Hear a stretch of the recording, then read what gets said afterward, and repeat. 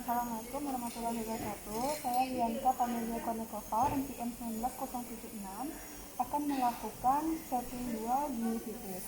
Sebelumnya, kita harus menyiapkan dulu alat maupun bahan, di mana ini berupa alat diagnostik, yaitu dua kaca mulut, satu sandal lurus, satu cadar bengkok, lalu ada pinset, ekskavator, kemudian ada prop periodontal, cotton roll, cotton pellet, tisu, lalu ada celemek, ada tempat sampah, ada gelas kumur. Setelah itu kita mempersiapkan pasien, di mana pasien ini kita instruksikan untuk duduk di dental unit, lalu kita atur posisinya, di mana sandaran untuk rahang atas itu 120 derajat, sedangkan untuk rahang bawah itu 110 derajat. Selanjutnya untuk persiapan kepalanya itu untuk rahang atas itu setinggi dada operator, lalu untuk rahang bawah setinggi siku operator. Selanjutnya persiapan untuk operator memakai alat pelindung diri, yaitu berupa gaun, lalu masker, handscoon, kemudian ada face shield. Sebelumnya operator itu harus mencuci tangan yang bersih, lalu memakai masker maupun handscoon.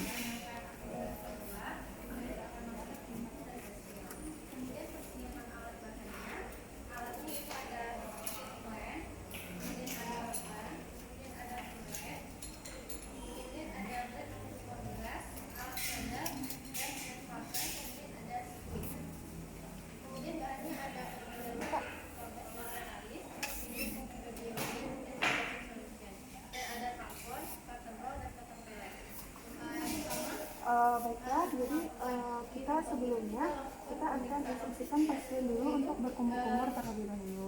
Setelah itu kita akan melakukan pemeriksaan, di mana pemeriksaannya ini berupa public bleeding index. Ini menggunakan prop periodontal.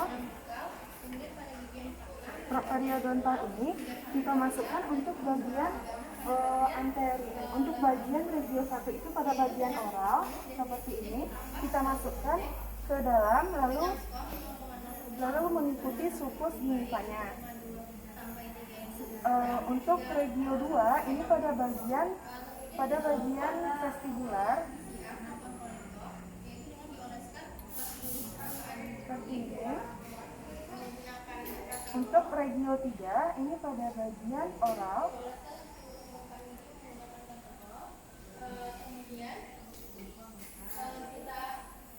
Sedangkan untuk regio 4 itu pada bagian vestibular.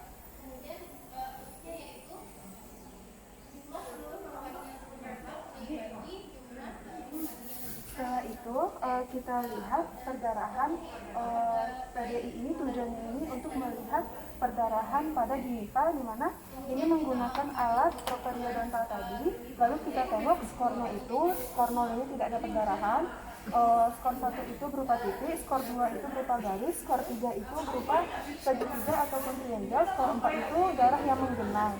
Jadi untuk rumusnya ini yaitu jumlah skor yang diperiksa dibagi dengan jumlah gigi yang diperiksa. Selanjutnya kita melakukan pemeriksaan yaitu PCR atau flow contour record, di mana ini menggunakan bahan disclosing solution yang kita oleskan pada seluruh permukaan gigi, atau kita juga dapat menginstruksikan pasien untuk mengoleskan seluruh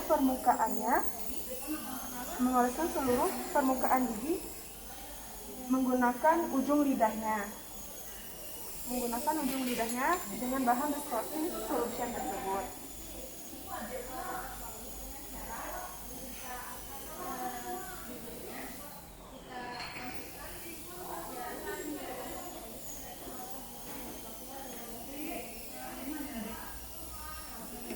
Setelah itu kita lakukan pengecekan, di mana sebelumnya kita bagi permukaannya ini menjadi 4 bagian, yaitu ada bagian mesial, distal, tengah maupun oral. Nah, untuk PCR ini tanda positif kita beri untuk gigi yang terkena terwarnai warna ungu ataupun merah, lalu tanda negatif untuk gigi yang tidak terwarnai. Nah, PCR ini rumusnya ini yaitu jumlah skor gigi yang terkena plaque dibagi dengan 4 permukaan gigi dikali jumlah gigi yang diperiksa, lalu dikali 100%. Nah, setelah itu kita lakukan scaling di mana sebelumnya kita melakukan scaling untuk menyingkirkan kalkulus supraginjiva menggunakan sickle scaler seperti ini.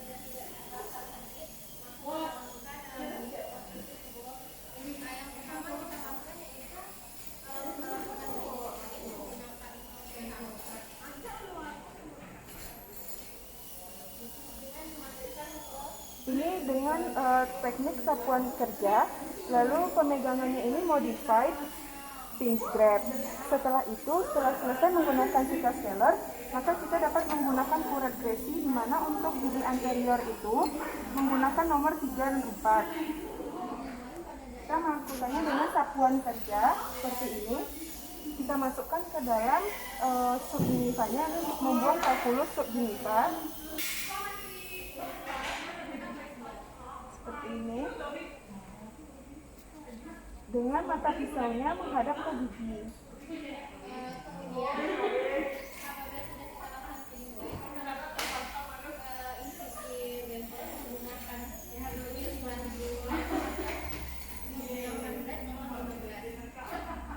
Setelah kita melakukan pembuangan kalkulus pada anterior, maka kita juga membuang kalkulus pada gigi posterior. Ini menggunakan turret nomor 56, di mana pemegangannya juga seperti pinch grab, mata pisaunya menghadap ke arah gigi.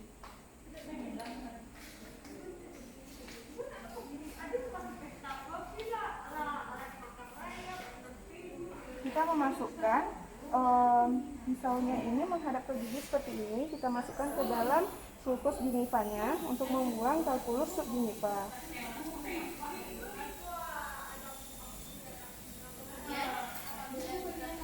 Tumpuan kerjanya pada gigi tetangga. Setelah selesai, maka kita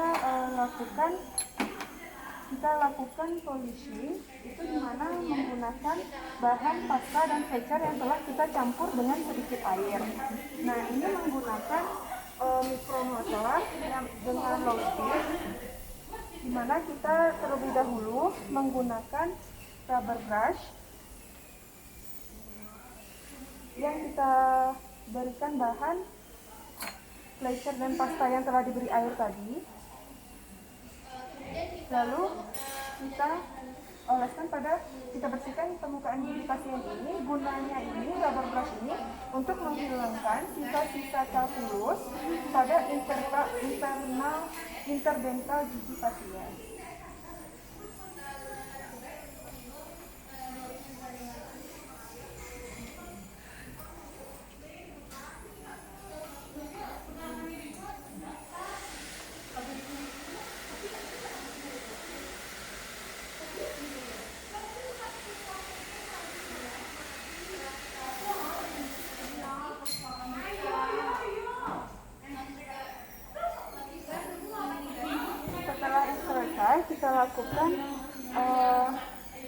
Kita gunakan lagi rubber cup, di mana rubber cup ini gunanya itu untuk melicinkan permukaan gigi pasien.